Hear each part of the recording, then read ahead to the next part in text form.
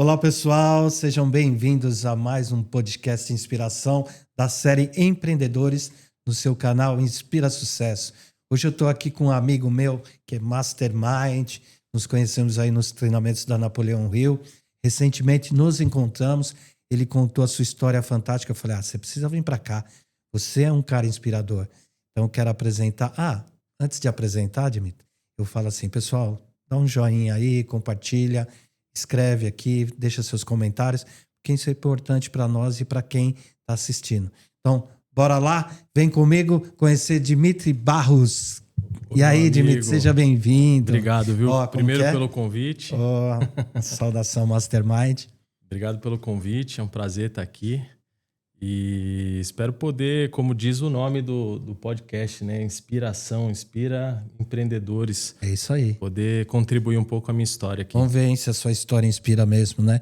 E eu fiquei muito feliz aí. Na semana passada a gente teve num evento de um amigo em comum e eu pude rever. Aliás, né? Em alguns eventos a gente se vê, né? Sim, sim. Sempre a gente se encontra, né? Exatamente. Então, tem que estar, o network é muito importante para quem faz negócios, né? Quem é empreendedor, quem né? empreende, né? Aliás, esse é um outro assunto que a gente pode falar, mas vai dar pano para manga. Ô, Dimitri, fala uma coisa para mim. Quem é Dimitri Barros? Dimitri é um empresário, né? Pai de família, tenho 3 filhos, uma de 2 anos. Nome? A Yasmin. Yasmin. O Matias, de 5 anos, e a Maria Eduardo, de 9. Legal. Sou casado com a Bruna, a minha parceira de vida. Fala que essa é uma gêmea mesmo. Ó, Bruna, ó. Desde os 18 anos a gente tá junto. Quanto tempo estão juntos? Já tá para 21 anos, Olha, né? 21 anos. Carinha de bebê? 21 anos nessa jornada com ela, e eu acho que se tivesse que vir de novo para fazer, a gente faria de novo com a mesma pessoa. Aí, ganhou o dia, hein? Eu acho que você tá querendo alguma coisa. E empreendedor? Empreendedor, desenvolvedor de negócios, né? Eu gosto de criar coisas novas. A gente tem a Bloco Excelentes. Mas antes de falar, a sua vida começa com empreendedorismo ou não? Ela começa com empreendedorismo. Ela começou em Santos, né? Eu nasci em Santos. Quem nasce em Santos é o quê? Santista. Santista. Então você torce pro Santos. Influência do pai, eu fui torcer pro Palmeiras. E aí nasci em Santos, morei um tempo no Guarujá, a parte da adolescência ali. E aí, com 14 anos, eu fui fazer um curso de menor aprendiz, que eu acho assim fantástico, que tem na Baixada, chama-se Camp Guarujá. Legal. Eu lembro... Ainda existe até hoje? Existe até hoje. Eu lembro a professora Rosângela me passando aula de educação emocional, assim, com 14 anos naquela época no Guarujá. Legal. Então, aquilo mudou a perspectiva, sabe? Foi muito bom. E dali você já saía empregado. Então eu saí dali e fui trabalhar na Dow Química, que é uma empresa, né, multinacional americana. Famosa, né? Inclusive, né? No Guarujá. E ali começou a carreira profissional. Com 14 anos eu distribuía malote dentro da... O vulgo office boy interno. Tirava xerox, levava as cartas para toda a indústria. Auxiliar administrativo, não é? Exatamente. Meio tipo isso. Exatamente. E ali começou. Quantos anos você ficou nessa empresa? Eu fiquei dos 14 aos 18, mais ou menos. 4 anos. 18. Então, 19. Depois eu fiquei mais um ano eu fui efetivado para dentro da fábrica. Fiquei um ano na fábrica de polietileno. E foi bem interessante. Foi um aprendizado, né? Cuidava da parte de segurança do trabalho, uma série de coisas. O que você pode trazer de aprendizado dessa época aí? Jovem. É um caminho de sucesso aí, né? Você já fez o curso lá, né? E já foi empregado numa multinacional. Então, hoje, infelizmente, a moçadinha aí, para conseguir o seu primeiro emprego, é difícil. Sim. Teve um fato interessante também, eu vou trazer o aprendizado, mas eu lembro que eu passei de ônibus assim na frente da empresa, e ela tinha um muro assim de tijolinhos, sabe aqueles tijolinhos à vista assim? Eu achei aquilo... Eu perguntei para minha mãe, né? Mas o que é aqui? Ela falou, é uma empresa e tal, a Dow Química. Eu falei, é? Quantos anos você tinha? Tinha 13. 13. Eu falei, eu vou trabalhar aqui. Olha como é que é a força desejo. Da intenção, do desejo, né? Napoleão Hill fala muito disso. Então, desde ali eu percebi que você cria, né? Você vai criando ali os teus próximos passos, né? na vida. E aí assim foi, saí do campo e entrei na Dow Química como menor aprendiz. Então vamos lá. Você teve a opção de escolher a Dow Química ou apareceu também algo extraordinário? Não foi opcional, porque na verdade o que aconteceu? Eles te direcionavam para empresas, que geralmente era o Porto, algumas empresas multi que tem em Santos e Guarujá, e Prefeitura do Guarujá, né? Principalmente aquilo aí, comércio também da Baixada. E aí, como durante o processo de 6 meses que eu fiquei dentro do camp, sempre tinha treinamentos, exercícios lá dentro, e eu sempre tocava no assunto, multi, mesmo que hoje eu penso que talvez era inconsciente, não sei, mas sempre falava, vou trabalhar numa multi. Então a primeira entrevista foi na Dow Química e eu consegui obter o sucesso e entrar dentro do ambiente deles, né? Que legal. Que é um ambiente diferente para quem vive na praia, né? Que a praia ali, você sabe como é que é. Isso é verdade, né? Você podia ser vendedor de picolé na praia, de coco. Outras N oportunidades, mas, poxa... Mas a sua mente já, lá quando adolescente, falou, eu quero trabalhar nessa empresa. Exatamente. Muito bem, parabéns. E aí fui para lá. E você ficou lá até os 19? Até os 19, até os 19 anos. E aí, a partir dos 19... Então, o aprendizado foi grande ali, né? Desde de receber um feedback... Você já conheceu a Bruna lá nessa época? Não? A Bruna eu conheci lá. Eu conheci lá no Guarujá. Não, no Guarujá, no condomínio que eu morava, ela mudou para lá. E aí, primeiro eu conheci o irmão, né? E aí eu conheci o irmão e tal, e depois eu fui conquistar o coração da... Jovem, bonitão, trabalhando na multinacional. Já tinha algumas vantagens. E aí? E aí, a partir daí, passou essa fase do camp, muito aprendizado, de base mesmo, sabe? Receber ordem, cumprir prazo, fazer aquilo dentro do esperado, né? Tinha um tempo de experiência que vocês tinham? Tinha até os 18. Com 18 você tinha que sair. Ou saiu ou era efetivado? Ou era efetivado, Aí eu fiquei mais um ano e depois desse ano eu resolvi viajar. E eu fui para Nova Zelândia. Olha que legal, que experiência legal. Um ano na Nova Zelândia. Tá, mas antes de ir para Nova Zelândia, só para a gente tirar alguns aprendizados aqui para passar para essa galerinha jovem. Sim. O que você tem de mais importante dessa época? Sua lembrança, o que marcou essa época? O que marcou é saber que você tá criando uma base ali, né? Tudo tem uma base. Depois que eu saí dali, eu percebi, né? Depois que eu pude olhar para trás, eu percebi que tudo é um passo a passo. Então, você tá construindo. Você vai para um passo, depois parece que é um trampolim, né? De um te lança para outro passo, e aí ele vai te jogando em passos que fazem você percorrer uma carreira, crescer, né? Em termos intelectual, espiritual, e vai te conduzindo, sabe? E assim foi, na minha vida foi assim. Legal. Mas e aí? O que te deu vontade de ir para Nova Zelândia? Nova Zelândia, porque na época 2001, né? Aconteceu aquela questão toda nos Estados Unidos e eu tinha vontade de ir para os Estados Unidos, né? E aí eu tentei e não consegui por aquela ocasião dos prédios, das Torres Gêmeas e tal. E aí eu falei, bom, quero ir para fora, como é que eu faço? Aí comecei a pesquisar com a minha família lugares. E aí encontramos a Nova Zelândia. Né? Você foi através de uma agência de intercâmbio ou foi você que buscou as oportunidades? Foi uma agência meio que até foi ruim a experiência, porque ele prometeu uma coisa e não me entregou quando eu cheguei lá. Entendi. Mas foi uma agência de trabalho. Aí eu estudei um mês lá, né? E depois aí comecei a rodar o país conhecendo e trabalhando, né? Porque a ideia, era fazer o quê? Era trabalhar no inglês, né? Porque eu tinha uma base já. Né? Eu tinha uma base, mas eu precisava desenvolver. E aí eu fui para lá e fiquei um ano lá e saí com um inglês bem melhor do que eu entrei. O inglês de lá é igual ao da Austrália, não? Tem o acento diferente, né? Tá. Mas Mas é muito agradável, cara. A Nova Zelândia, assim, um povo muito receptivo, um povo que te acolhe, sabe? E foi legal E também essa experiência de independência, né? De total, você estar sozinho ali, ter que buscar a sua permanência ali, né? total, Você tem que fazer isso, né? total. Que legal. E muita experiência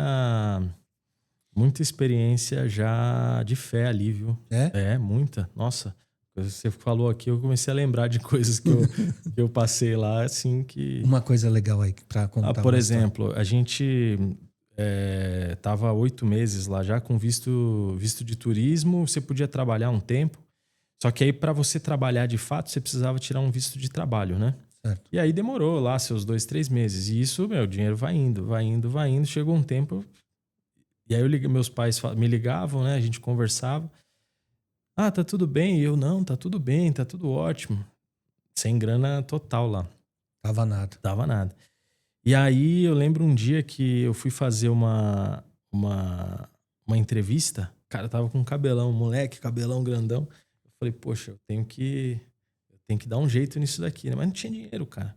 Aí de manhã acordei, fui até o mercado comprar o pão e tal. Voltei, eu tava esperando o visto sair. Quando eu pensei, falei, putz, eu preciso cortar o cabelo. E andei, comecei a andar. Aí andando assim, paralelo à sarjeta Cara, encontrei $20 enroladinho assim, ó.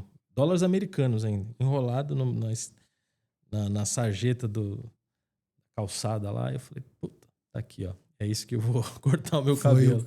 E coisas assim aconteciam com frequência. Que legal. Experiências Eu tenho uma experiência dessa também. É. Uma vez eu precisava de 5 centavos para comprar 2 pãezinhos. Aí na frente da padaria, na sarjeta, tava a moedinha de 5 centavos. Mas você vê que Deus cuida nos grandes Total. e nos pequenos detalhes. Não tem jeito. Porque às vezes a gente só precisa de um sinalzinho para acreditar quem nós somos e o que Deus é na nossa vida, né? Exatamente. A grandiosidade que nós temos, que cuida, né? Que ampara. Eu lembrei de uma outra. Eu tava já umas 2 semanas trabalhando e aí eu precisei... Lá é bom que assim, você ganhava por semana, né? Os salários eram por semana. E aí você estava sempre com dinheiro, né? A gente... foi interessante essa fase. Porém, nas 2 primeiras semanas, eu eliminei tudo que eu tinha... Paguei dívida para todo mundo, né? Porque eu tinha levantado dinheiro com a turma, com os amigos lá para poder se manter. Aí paguei e tal. Aí um dia voltando do trabalho, eu trabalhava num supermercado chamado New World, lá, na parte de verduras, fazia aquela reposição e tal. Quando eu voltei, tinha uma hamburgueria na cidade. A cidade chamava Queenstown. Uma hamburgueria. E era a melhor que tinha na cidade. Era a única, mas era a melhor, assim. Aí... não, digo que era melhor. Pior, era melhor porque se você fosse em outra cidade, não tinha. Vamos lá, o lanche era muito bom, né? Era bom pra caramba. E aí eu voltando no ônibus, eu pensei assim, pô, eu queria era comer aquele lanche, né? Aí, beleza. Aí eu olhei na carteira, não dá, hoje não dá. Mas beleza, desci do ônibus, cara. Um passo. Dei alguns passos, encontrei uma moeda de $2. Eu dei mais 5 passos. Encontrei mais uma moeda. Eu dei mais 5 passos e encontrei mais uma. 3 moedas de $2, assim, era exato o valor do lanche. Eu falei, não, mano, não acredito. Sabe aquela coisa de você parar e falar... E pior é que a gente vai conversando antes, né? Assim, vai conversando com Deus. Pô, Deus, que situação que é essa? Eu não tenho uma moeda para comprar um lanche. E assim foi. E aí voltei da Nova Zelândia com inglês... Aí voltei pra casa, depois que a gente volta pra casa, fala pros pais, né? Pô, passei isso. Menino, como assim? Por que você passou por isso? Foi o que deu... Eu acho que hoje a gente aprendeu a lidar com certas coisas, né? Tanto emocionais como problemas mesmo que todo mundo enfrenta, porque passou por desafios assim, sabe? E é muito legal isso. Vamos tirar uma lição daqui. Eu tava conversando com uma pessoa ontem do vitimismo, né? Muitas pessoas hoje se fazem vítimas da situação, né? Sim. E você, pelo contrário, você não tomou essa direção e outra, não quis se preocupar dos seus pais, né? Tá. Tipo, você podia falar, pô, pai, não tá ruim aqui, me manda um dinheiro aí, né? Sim. Falou, não, eu vou atrás do meu sucesso, vamos Afinal dizer de contas, a gente estava do outro lado do mundo, né? 20 horas de distância, 24 horas de distância. Então, não tinha muito o que fazer. Claro, poderia ajudar financeiramente? Poderia, mas eu decidi trilhar o caminho e construir lá o que eu tinha para fazer. Outro aprendizado, né, cara? Total. Vários aprendizados. É. Aí você veio de lá, voltou pro Brasil. Aí voltei pro Brasil, comecei a trabalhar aqui em algumas coisas. Passou um tempo, fui pro Rio de Janeiro, trabalhei um pouco no Rio de Janeiro. E aí vim para São Paulo. E aí São Paulo realmente foi onde tudo começou. Então vamos lá. Só pra gente alinhar aqui. Quando você voltou, você quis voltar para a área que você já atuava? Ou essa sua experiência de fora te trouxe novas oportunidades? O que você... Não, vim com outras ideias, né? É? Outras ideias, porque eu queria trabalhar com inglês Tá. quando eu voltei. E aí eu fiz outros cursos na parte da aeronáutica, né? Para trabalhar em empresas de viagens comerciais e tal, aviação. Fiz um monte de coisa pensando que o inglês me ajudaria. E de fato ajudou, se for pensar bem, porque quando eu cheguei em São Paulo, a gente procurava emprego no Estadão ainda, nos classificados, né? Então toda quarta e domingo eu olhava lá, pô, legal, caramba, tem emprego aqui e tal, mandar e-mail. Aí tinha um quadradinho assim, chamando assim para um trabalho em inglês, né? Aí eu falei, poxa, eu vou mandar meu currículo. E mandei. Passou uma semana, a pessoa me chamou, que foi essa consultoria desse canadense, que eu trabalhei 12 anos aqui em São Paulo, antes de começar a empreender, né? Antes de fazer o voo solo. Eu digo que esse período de 12 anos foi o período do intraempreendedorismo, que é extremamente importante. Gosto muito desse tema. Por quê? Porque o que se trata, né? O intraempreendedorismo. É você estar atuando numa empresa, ter um papel ali e você agir como dono. Você empreender dentro daquele espaço que você tem. Poxa, mas eu sou diretor de RH, eu sou gerente de produção, seja lá o que for. Você pode ser um intraempreendedor. Você pode olhar as coisas de forma diferente, você pode transformar o teu ambiente, você pode transformar as pessoas que ali estão. Então, e assim foi. Durante esses 2 anos, eu apliquei o intraempreendedorismo. Você entrou como que na empresa? Lá eu entrei como assistente de pesquisa, né? Passou 1 ano e meio, eu estava com uma coordenação. Com 3 anos, eu tava gerenciando a empresa. Olha que legal. Isso pelo teu pensamento e pelas suas atitudes, né? Sem dúvida. As suas competências. E principalmente essa questão de ser intraempreendedor, né? Empreendedor, dono, entregar o extra mile, né? Fazer... Esse nome aí que você falou, como que ele chama? Dylan. O Dylan. Você tinha esse acesso direto a ele? Tínhamos.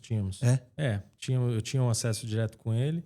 E era uma empresa familiar, né? Tá. Ele tinha uma consultoria aqui no bairro de Perdizes, em São Paulo. E aí tudo começou ali. Ele foi um professor para mim, né?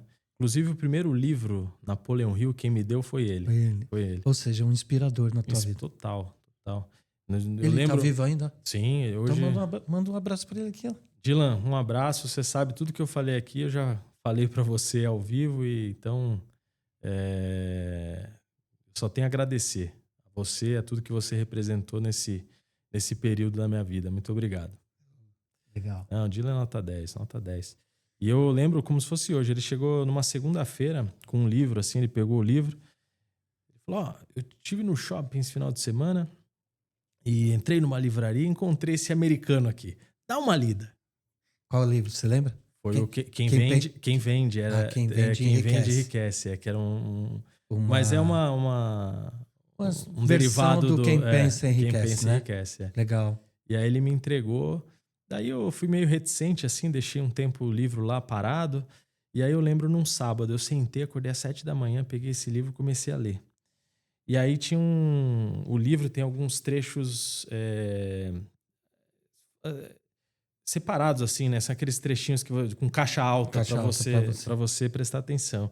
E aí dizia assim, mente sã, corpo são, com mente sã e corpo sã, você alcança a tua liberdade. E você atingindo o maior número de pessoas com aquilo que você tem no coração. Então, o que é a ideia? Manter o corpo são e a mente sã e levar o que você tem para o maior número de pessoas. Foi esse trecho que eu li. Cara, aquilo bateu tão forte no meu coração, assim. Eu li assim, eu parei, cara, até me emocionou de tão forte que foi. Eu falei, poxa, agora eu entendi porque que eu recebi esse livro. Entendeu? E a partir dali, cara, eu comecei a buscar Napoleão Hill e buscar os ensinamentos e tal. Foi quando eu cheguei lá no Mastermind. Legal, mas isso fazem quantos anos que a gente se conhece? Uns 10 anos? Foi 2006, Não, peraí, 2016, 13, 14? De 13 a 16. Eu cheguei em 2013, né? Então você chegou lá 13? Eu cheguei no Napoleão Hill em 2013. 2013? Foi a primeira turma. Eu acho que foi 16, então. A gente se encontrou no Consolação, não foi? É isso aí. 2016. Aliás, Walter Kaltenbach, nosso instrutor. Aliás, Valtão, você tá devendo a sua vinda aqui, hein? Nós vamos cobrar, certo, Dimitri? Sem dúvida. Walter é uma figura. E tem história, né? Ixi, demais. Nosso instrutor aí, Alexandre Janner também, foi quando eu... Você conheceu o Janner? Eu conheci em uma reunião, eu conheci assim, não tive muito contato com ele, mas... Porque hoje o Janner tá lá nos Estados Unidos e aí depois eu fui trabalhar direto com o Walter, né? Tive mais acesso com o Walter. E nos proporcionou estar junto, né? Com certeza. Mas vamos lá, antes do Napoleão Hill, você já era empreendedor ou você se tornou depois? Estava na você consultoria. Estava na consultoria? Estava lá, estava trabalhando e aprendendo. Nesse trabalho que eu fiz lá, eu mergulhei muito no mundo agro. Tá. Porque lá a gente fazia pesquisas e estudos para diversos mercados. Então a gente fez muito trabalho para Microsoft, SAP, sabe, empresas desse tipo. Pfizer, a área da saúde, fazia muito estudos assim. E começou a cair muito estudo na área do agro. E aí eu comecei não entendia nada de agro, assim, o que é, o que não é. E aí eu comecei a estudar. Os estudos vinham, né, a pesquisa, eu precisava pegar aquele tema e me aprofundar. Aí eu comecei a entrar em contato com pesquisadores, engenheiros agrônomos nas áreas, né, principais de produção, Mato Grosso, Goiás, Paraná, Rio Grande do Sul. Comecei a fazer parceria com esse pessoal. Legal. Então, toda vez que tinha um tema, eu ligava para eles. Poxa, tratamento de semente, como é que é? Me explica aí. Aí eu comecei a ganhar bagagem no agro. E ali, dentro dessa consultoria, né, da DRM, eu passei todo o tempo, esses 12 anos, fazendo projeto no agro. Então, quando eu saí de lá, eu me especializei muito no agro, né? Porque eu tinha eu ia no extra mile, né? Eu ia atrás e perguntava, fazer além do combinado. Fazer além, né? do que o combinado, né? Uma das eu competências. buscava muito isso. E aí isso me ajudou a hoje ter uma das empresas que a gente vai falar. E com a né? visão empreendedora, né, cara? Sempre. Sem dúvida. Porque essas parcerias, às vezes o funcionário não tá nem aí, né? Você não, sempre queria trazer algo novo, né? Sim. O agro foi tão interessante para mim que quando o Chaves morreu na Venezuela, eu tava lá. Sério? Fazendo trabalho no agronegócio. Não faz muito tempo, faz? Foi em 2000 e... Foi 14? Eu não lembro, eu sei que... Né, só lembro... E tava lá, cara, na Venezuela, falando com produtores de cana, arroz, para entender um pouco como é que eles lidavam lá. Você vê o que o agro levou para vários lugares, né? Não só na América Latina, como outros lugares do mundo também. Eu fui já para analisar, investigar, conhecer mais o agronegócio. Tá. Então, falando nisso, hoje você tem uma empresa de agro. Então, aí eu saí dessa consultoria e falei, bom, agora eu preciso, né, consolidar em alguma coisa. E aí eu fui bati na porta de algumas empresas do agro, porque era aquilo que eu gostava de fazer. Se o agro, ele é pujante, ele é, sabe, inspirador. O agro Principalmente é aqui, se a gente olhar o Brasil, o agro é muito forte no Brasil, né? Muito Ainda forte, que muito as forte. pessoas não olhavam ele com tanta atenção, né? Sim, agora eu acho que está olhando um pouquinho mais. Eu acredito que sim. Teve todo um movimento, né, de anos para cá falando muito do que é o agro. Mas ainda tem um viés. Eu acho que a população ainda olha um pouco o que é a produção forma um pouco enviesada, mas entende o valor, né? E a grandiosidade que o agro tem, né? Recentemente teve a feira agora, a AgriShow. A AgriShow, a feira que mais movimenta a feira que mais vende jato executivo é a AgriShow. Olha que interessante. A Embraer, por exemplo, vende mais jatos na AgriShow. Você vê o hub de negócio que ele movimenta, né? Grandiosidade. E o Brasil também se tornou um celeiro aí de exportador de agro, né? Sim, sim. Desde o cafezinho até o soja, milho, né? Muito. Sim. E toda a parte pecuária também, né? Então aí foi. E aí quando eu saí, eu bati na porta de algumas empresas e comecei a prestar, até pelo network que a gente já tinha, comecei a prestar serviço para essas empresas. E aí fui me dedicando e fiquei focado. Porque na consultoria eu tinha, lembra, eu falei, né? A área da saúde, a área da informática, tinha vários mercados. Verdade. E aqui eu comecei a me especializar e focar no agro. E aí hoje já tem 7 anos que a gente... Como é o nome da empresa? Chama DAB Research, de pesquisa, né? DAB Research. Então endereço? Passa aqui o endereço aqui. A gente fica na Santa Cecília, aqui em São Paulo, na Alameda Barros 123. E o site? E o site é www.dab, que é de Dimitri Barros, né? Ah, que legal. Research.com.br. Essa é a empresa de pesquisa. Ó a produção aí, pega o Pix dele depois, viu?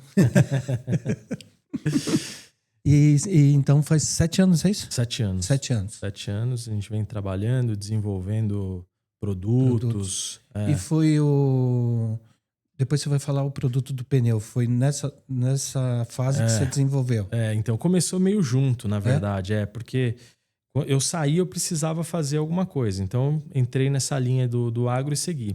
Nesse meio tempo, eu tenho um sócio, né, nessa empresa. Uhum. Meu sócio chegou em mim e falou, cara, tô com essa oportunidade, assim, assado. Vamos desenvolver? E aí eu falei, vamos. E aí a gente começou a desenvolver a fórmula, né, desse produto. Posso falar um pouquinho já dele? Lógico. Então, aí a outra empresa que é a Block Celantes. A Block é uma empresa que nasceu com 3 pilares principais, né? Que é entregar segurança, meio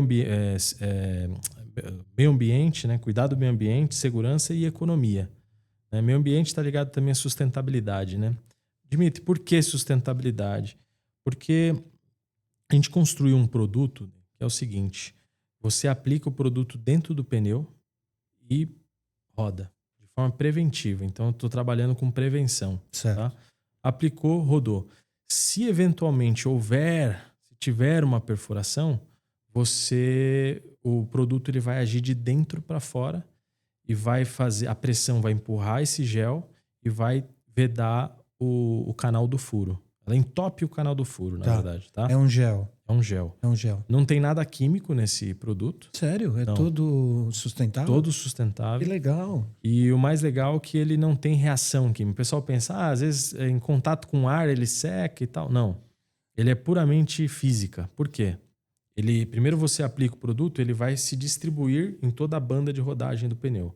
Certo? Legal. Uhum. Uma vez que ele distribuiu e fez uma micropelícula interna, você vai rodar com o pneu. Então com a rotação, ele vai fazer a distribuição. Certo? Sim. Uma vez distribuído, você está protegido. Quando tem a perfuração, a própria pressão ela empurra o gel. E esse gel, como ele é cheio de micropartículas de borracha, ele entope o canal do furo e o aquecimento do asfalto faz aquela finalização e você consegue continuar rodando com o pneu. Uma das coisas que eu ia te perguntar é o seguinte: variação de temperatura. Às vezes você pode estar com o pneu frio ou muito quente. Influencia? Não influencia, porque ela vai fazer o entupimento do canal do furo e você vai continuar rodando, né? E essa rotação, junto com o atrito no solo, vai fazer com que ele solidifique. Ele faça a vedação, né? Faça vai tapar o furo. Vai tapar o furo. O interessante que você falou, né? O pneu no asfalto, independente, ele já vai fazer ele gera um atrito, então ele gera um aquecimento. Então, aquele aquecimento que é gerado, independente se muito quente ou muito frio, ele já é o suficiente para fazer a vedação. Legal. E qualquer pneu?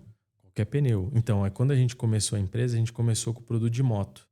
Porque o moto é emergencial, né? O cara furou o pneu, ele tem que subir no tanque e rodar com a moto. Só para motoqueiros que sabem, né? Estragando roda, estragando pneu e tal. E aí, então a gente começou na moto. E aí, no decorrer dos anos, né, a gente abriu para autos, caminhões. Mas vamos lá.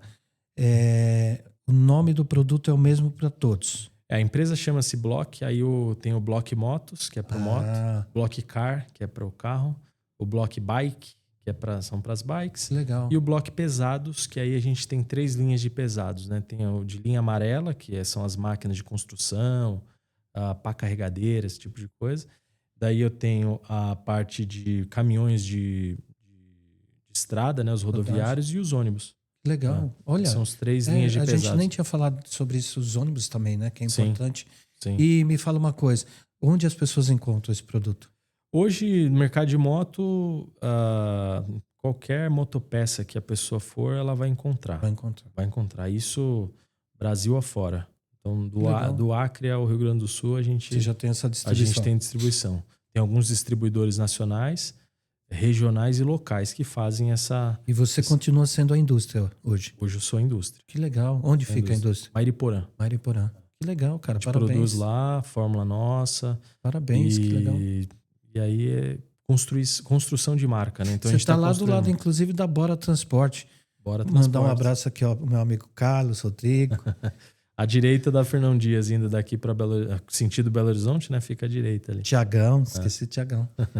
Quando você passa ali me fez lembrar 2 coisas que me fez lembrar: o caminhão e Mariporã. Quando você passa ali, você vê o Bora Transporte. Sim. Depois vou mandar o Pix para vocês também aí, hein? Tem um logo de um urso polar, alguma coisa assim, né? Só um detalhe, né? Você agradeceu o seu chefe lá, né? O Carlos, a família do Carlos é uma família querida minha. Então, legal. Só gratidão. Obrigado, hein? Vamos seguir essa podcast aqui. São seres humanos inspirando seres humanos, né? E aí... São pessoas que inspiram mesmo. A sua trajetória de vida, tudo. Legal. Inspirou. E me fala uma coisa, da mesma forma que você tem as distribuições para bicicleta, moto, também tem para o carro e para os caminhões. Isso. Então hoje está no mercado internacional. Você chegou a levar esse produto? Já estamos em 5 países. Sério? Argentina, que legal, Paraguai, Uruguai, parabéns. Colômbia e Chile. Colômbia e Chile. A gente vem trabalhando. Porque é um conceito... E tem concorrência ou não? Temos concorrentes. Tem algumas empresas que vieram... Tem uma que já existia antes, né, da gente, e uma que surgiu depois, né? Mas produtos diferentes, né? Fórmulas diferentes. Eu acho que o segredo aí tá como empreendedor, vamos falar um pouquinho de empreendedorismo. A questão é de estratégia mesmo, né? Sem dúvida. Mercado, estratégia, não é isso? Mas o ponto eu gostaria que tivesse 10 empresas. Sabe por quê, Ailton? Esse é um conceito que, se você for no mercado falar com 10 pessoas, consumidores finais, se você falar com 10 pessoas, talvez ouviu falar de selante preventivo. Entendeu? Então, é algo que precisa de um trabalho educacional. O mercado precisa conhecer. E é isso que a gente vem fazendo nesses 5 anos. E o que você falou que é o preventivo, né? Preventivo. A gente estava até conversando, né? Quando o cara fura um pneu, por exemplo, se é uma mulher, à noite furou o pneu, o que ela vai fazer? Ligar pro guincho. Ligar para alguém. Né? E isso já... Cara, isso é fantástico, porque, por exemplo, você tá num lugar escuro, né? Perigoso. Cara, não vai acontecer isso, né? Exatamente. Você vai conseguir pelo menos sair da situação. Entendeu? Sim. Porque o produto, eu costumo dizer o seguinte, né? A gente não pode vender mentiras, né? Então, o produto, o teu pneu furado nunca mais. Isso a gente não faz. Por quê? O pneu vai furar. Ele vai furar. Ele pode rasgar. E o produto tem uma capacidade técnica, né? Uma limitação. Que ele suporta. Porém, quando você utiliza o produto e você tá com o produto no pneu, pelo menos, por mais que o rasgo seja um rasgo ou algo mais, além da capacidade técnica, você vai conseguir sair da situação. A emergência, ele vai te cuidar. Você vai chegar num posto, você vai calibrar um pouco mais, vai conseguir te levar numa borracharia, você vai conseguir sair do problema. Cara, inclusive, na minha cabeça, Dmitry, só os carros importados que tinham isso. Que eu lembro que meu irmão tem uma oficina mecânica, então eu sei que alguns carros, inclusive, ele avisa no painel a pressão do pneu e quando fura também ele vou dizer assim, né? Autoconserta, não sei se é assim. O auto reparo, né? Mas eu não sabia disso aí que tinha o seu produto. Hoje os carros elétricos já tem também, estão vindo já de fábrica. Você é fornecedor para fábricas hoje? Não, ainda não, porque esse pessoal está trazendo da China. Então mas a gente já tem linhas de conversas com eles para nacionalizar e poder também sair no aftermarket, né? Que é o pós-venda, né? O cara tem aqui, furou um pneu, ele usou aquele produto. Depois, como é que ele vai obter um novo produto para ter dentro do... Entendeu? Então a gente está em linhas de conversas aí com algumas empresas para desenvolver. Nesse período de empresário, qual foi o tempo mais difícil da sua vida? O começo é dramático, né? Depois o meio fica também mais difícil. E depois eu costumo dizer que o fim é sempre melhor. Mas teve uma história impactante. Tem, sem dúvida, tem, com certeza. Durante esse processo de construção das empresas, né? Porque eram empresas novas, eu tinha já a minha menina, a Maria Eduarda, e aí eu fiquei... Quantos aninhos? Tinha, acho que 2 aninhos, 2 aninhos e meio. E aí eu recebi a notícia que eu ia ser papai novamente. Que legal, hein? Que foi o Matias, o número 2. Uhum. E aí a gente começou feliz, né? Papai, beleza, maravilha. A gente começou a trabalhar, construir. Eu viajava muito na época, porque tinha que estar nas áreas agrícolas e tal, e a gente viajava. E numa das voltas, quando eu voltei, eu fui passear final de semana com a minha esposa, a gente estava passeando e tal com a minha filha.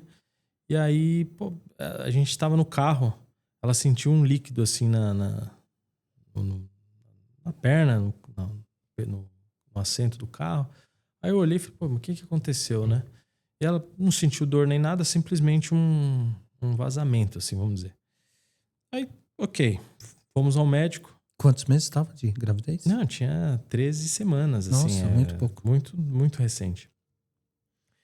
Aí nós chegamos no médico, né? Ele aí fez todos os exames e tal. Falou, olha, o que aconteceu foi que a bolsa, né, que guarda o líquido amniótico, ela sofreu ela tá furada. Rompimento. Não foi um rompimento, mas ela tá furada, vamos dizer assim, né? Grosso modo falando. Então ela tá furada e o líquido ele não fica líquido ali dentro. Então toda vez que gera líquido, ele perde. Ele escorre e você... Bom, aí até chegar nesse diagnóstico, a gente achou várias coisas, né? Aí o médico falou, pode ser algum tipo de embolia. Aí a gente teve que aplicar uma medicação na barriga toda semana. Teve uma série de coisas até chegar nesse diagnóstico. Quando chegou nesse diagnóstico, o médico falou assim, olha, da forma que tá, a gente já viu muitos casos assim e não tem condição, você vai abortar. E aí eu recebi aquela informação, né? Eu falei, olha, eu concordo com o seu diagnóstico médico. Mas o que eu creio é muito maior que isso. E aí bati na mesa assim, sabe? Falei, nós vamos fazer o que for preciso para esse bebê chegar na Terra. Vamos fazer o que for preciso. Cara, e depois dali me deu uma força, assim, algo absurdo. E curioso até que a minha esposa, um mês atrás da gente saber que ela ia ficar grávida, ela teve um sonho bem, bem forte, assim, que chamou muito atenção. Sabe aqueles sonhos nítidos? Não sei se você já teve essa experiência, mas sonhos nítidos, assim. Parece que era uma espécie de uma revelação para ela daquilo e preparação daquilo que ela ia passar. Ela estava numa rua, assim, ela encontrou um médico japonês, assim, e entregou uma carta para ela e deu um abraço e chorou muito, assim. Ela chorou muito e ele também acalentou ela, assim, né? E ela me contou esse sonho e falou, eu acho que a gente vai passar por alguma coisa. Mas na cabeça dela era algo financeiro, né? Porque as empresas estavam começando, as coisas começando. Ela falou, cara, alguma coisa a gente vai passar, mas eu não sei o que é. E passou, né? A vida, ela também vai te trazendo um monte de coisas, você vai fazendo, e passou aquele mês. E depois disso, aconteceu esse cenário que do líquido, né? Que vazou e tal. Aí a gente, depois de mais um mês, ela pensou, puxa, é isso. Aquele sonho que eu tive foi esse processo que a gente ia passar. Bom, passado 13 semanas, aí ela chegou a 3 meses, né? E ali segurando a maternidade, né? E sempre com líquido e tal. E eu, na minha cabeça, assim, eu só tinha na cabeça uma coisa. Eu falei, ele vai vir. Sabe quando você se prende nisso, assim, de uma forma até sobrenatural? Eu me prendi nisso e falei, ele vai vir. E a gente sempre dando força. E ela olhava e falava, puxa, não tem como, porque ela via o líquido sair, né? E eu viajando para cima e para baixo, e a gente em conversa no telefone, falei, não, calma, ele vai vir. Com 3 meses, nós fomos num médico japonês, e ele é um cara assim, eu não lembro o nome dele agora, mas ele é um dos únicos médicos assim em São Paulo que injeta líquido dentro da bolsa. Então é tipo assim uma agulha enorme que é injetado líquido dentro da bolsa para repor aquele líquido. E aí a gente fez isso como uma última possibilidade. Ele falou, olha, dependendo do furo onde está, da forma que está e tudo mais, você pode segurar um pouco mais. Porém, aí ele deu um outro diagnóstico. Porém, pode acontecer do seu filho até nascer, mas nascer sem pulmão. Por quê? Porque o líquido, ele ajuda, quando a gente está na bolsa, né? Você respirando, ele vai ajudar a formação também dos nossos pulmões, né? E ele falou, cara, ó, e eu ouvindo todos aqueles diagnósticos, mas sempre com fé em Deus, falei, não, vai dar certo, vai dar certo. Passou isso, minha esposa ligou no médico dela. Aí o médico falou, olha, já que colocou líquido, você vai ter que fazer o seguinte, você vai ter que repouso total. Absoluto, não pode nem se mexer. E aí ela ficou internada 3 meses. Caramba, 3 meses internada? 3 meses, demonstrando uma luta, né? Para poder fazer essa vida chegar e chegar bem, né? Caramba. E aí, bom, resumo, né? Tudo isso, tudo isso rolando e as empresas acontecendo. Eu tenho hoje clientes, né, que eu converso porque eu explicava para eles a situação, né? Porque às vezes eu atrasava alguma coisa de entregar, foi uma loucura. E até hoje eles, sempre quando falam, primeiro a gente vai falar de negócio, a primeira pergunta, e o Matias, como é que tá? Então a gente acabou criando laços, né? Tem várias pessoas que a gente, daquela época que eu atendi, que hoje a gente faz negócio dessa forma. E eles sempre perguntam, putz, o Matias e tal, como é que tá? E legal, assim foi. Né? E aí ela ficou 3 meses e eu viajando, passava lá as noites com ela. Fisicamente lá, emocionalmente aqui, emocionalmente aqui. E às vezes quando tava aqui, a gente passava junto no hospital. Nossa. Geralmente era à noite, né? Então eu batalhava o dia. E nisso minha primeira filha com os avós, meio assim, também de forma... Achei que Deus tratou ela de uma forma tão boa assim, porque ela amadureceu rápido e ela compreendeu o processo, sabe? Então ela ficava com os avós, mais tranquilo, ficava com a tia, mais tranquilo. Então porque durante esses 3 meses aí ela não teve acesso à mãe, né? Não teve. Não podia, né? Ela era criancinha. Não, a gente levava de vez em quando, assim, num sábado, porque eles abriam a possibilidade, né, de fazer a visita, criança visitar, a gente levava, aí ela via e ficou um tempo sem a mãe. E foi. Passou esses 3 meses, com 5 meses e meio, assim... O médico me ligou e falou, vem correndo porque ele vai nascer.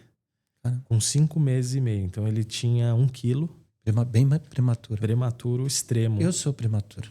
O médico também falou pro meu pai, escolhe a mãe ou a criança. Aí meu pai falou, eu quero os 2. Então eu nasci prematuro, eu acho que, não sei se é 700 ou 1.700 gramas, não lembro agora, mas sou um milagre também. São as decisões, né?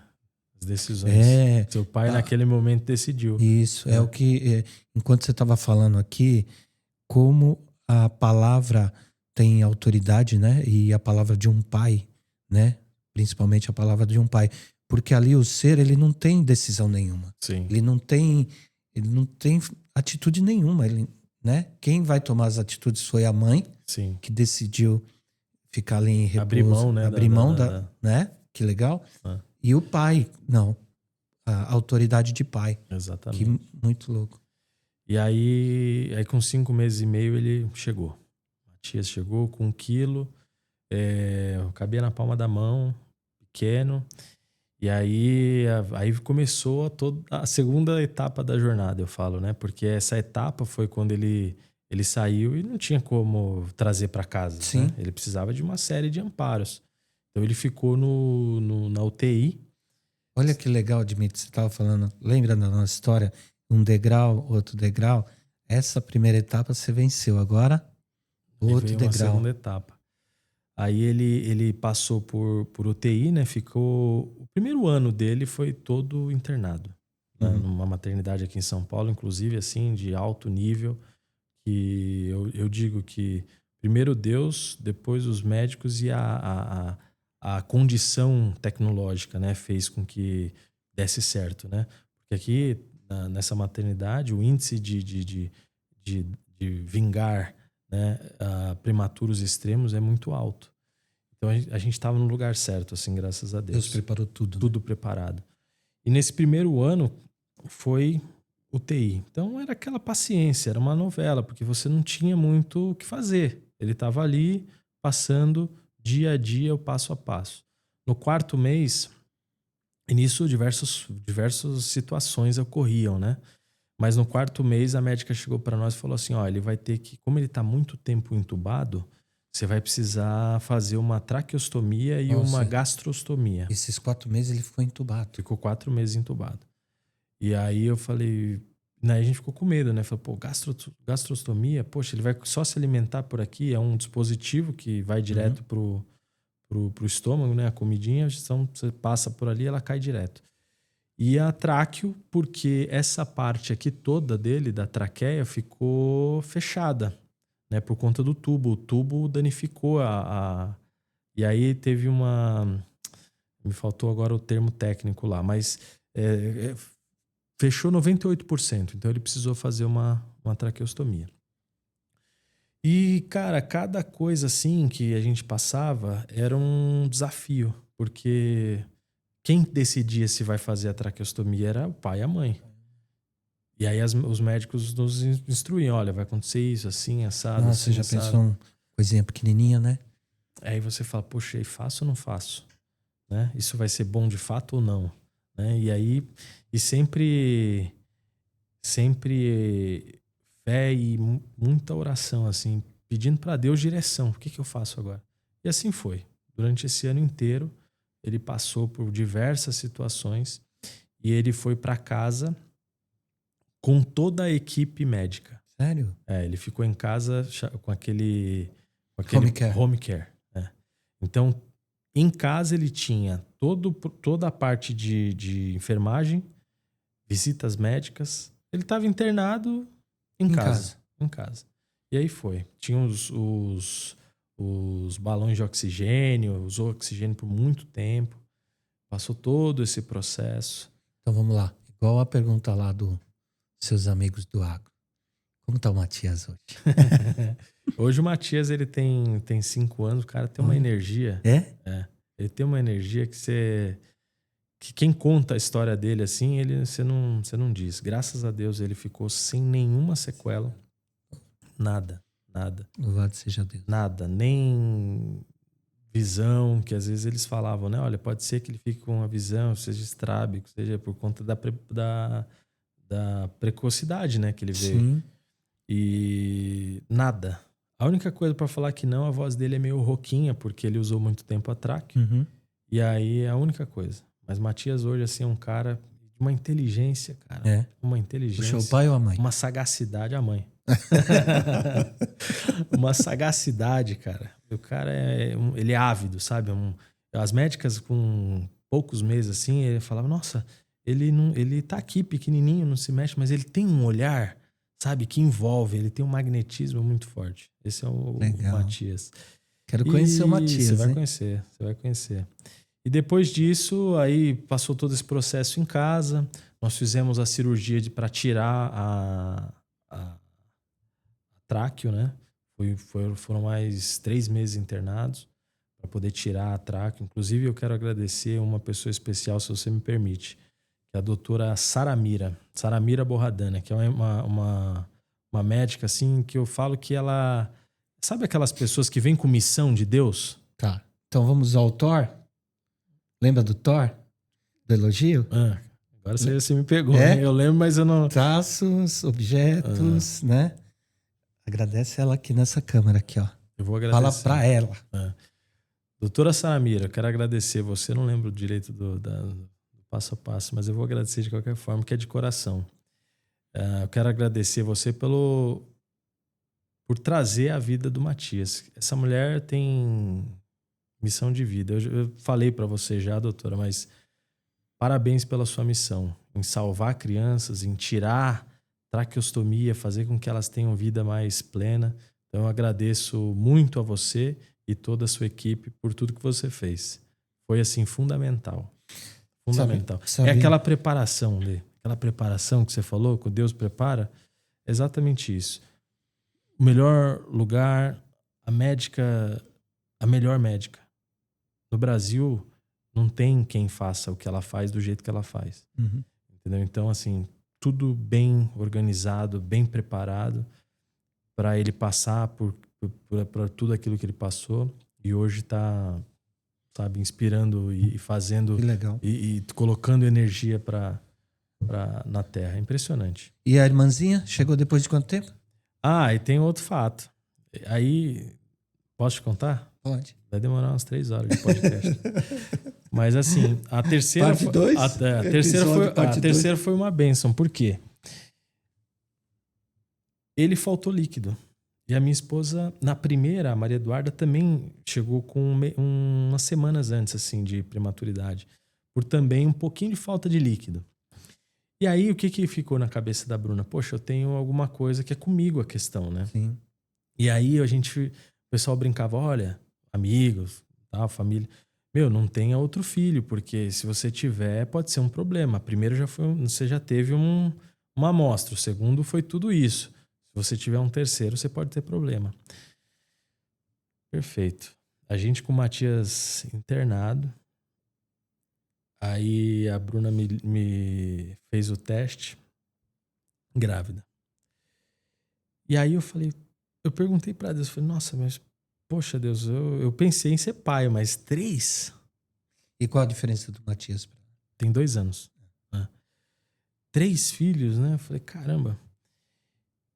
Cara, passou... E aí eu agradeci, né? Tudo é uma maravilha, né? Quando você recebe essa notícia. Passaram 2 meses e eu entendi o porquê que a Yasmin veio.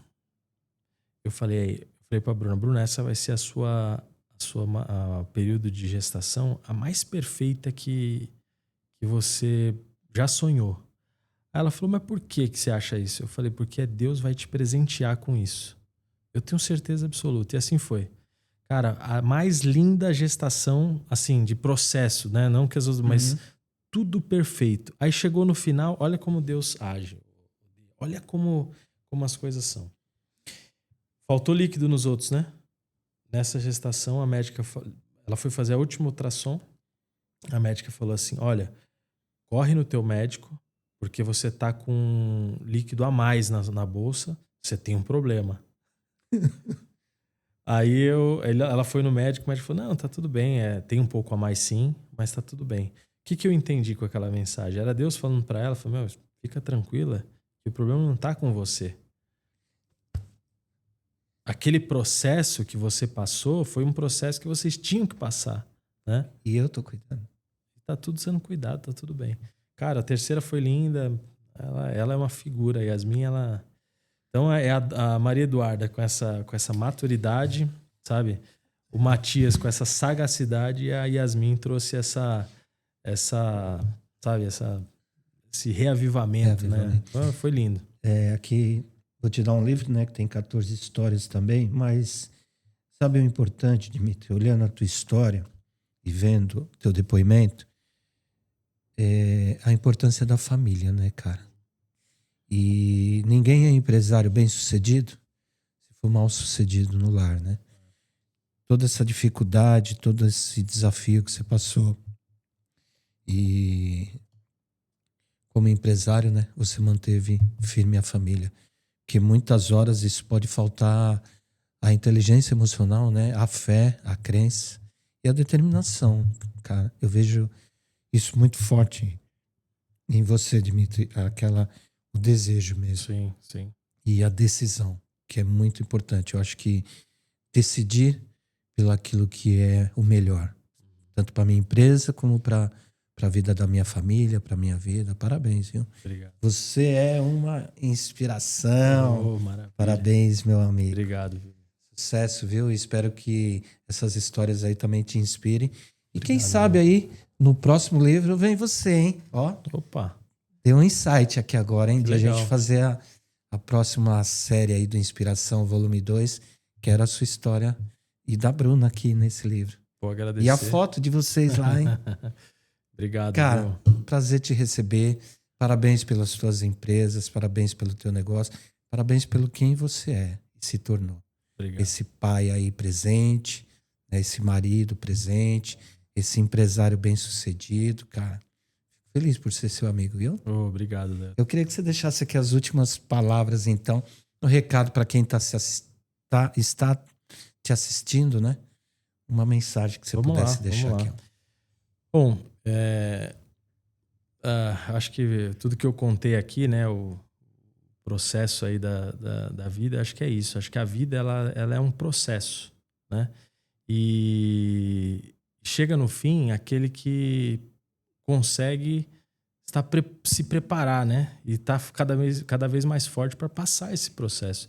E quais são os pilares, né? Que eu olhando para trás, eu olho e falo, poxa, o que realmente me trouxe até aqui? Eu acho que é uma palavra. Fé. Que eu passei 3 anos para entender. Em 2016, eu acho, eu fiz o curso do Napoleão Hill. Eu li aquele livro várias vezes. Ele falava da intenção. E eu não entendia o que era aquilo. Eu passei 3 anos, até quando tudo ocorreu com essa história que eu contei com o Matias, eu pude conceber o que é essa intenção. Fé.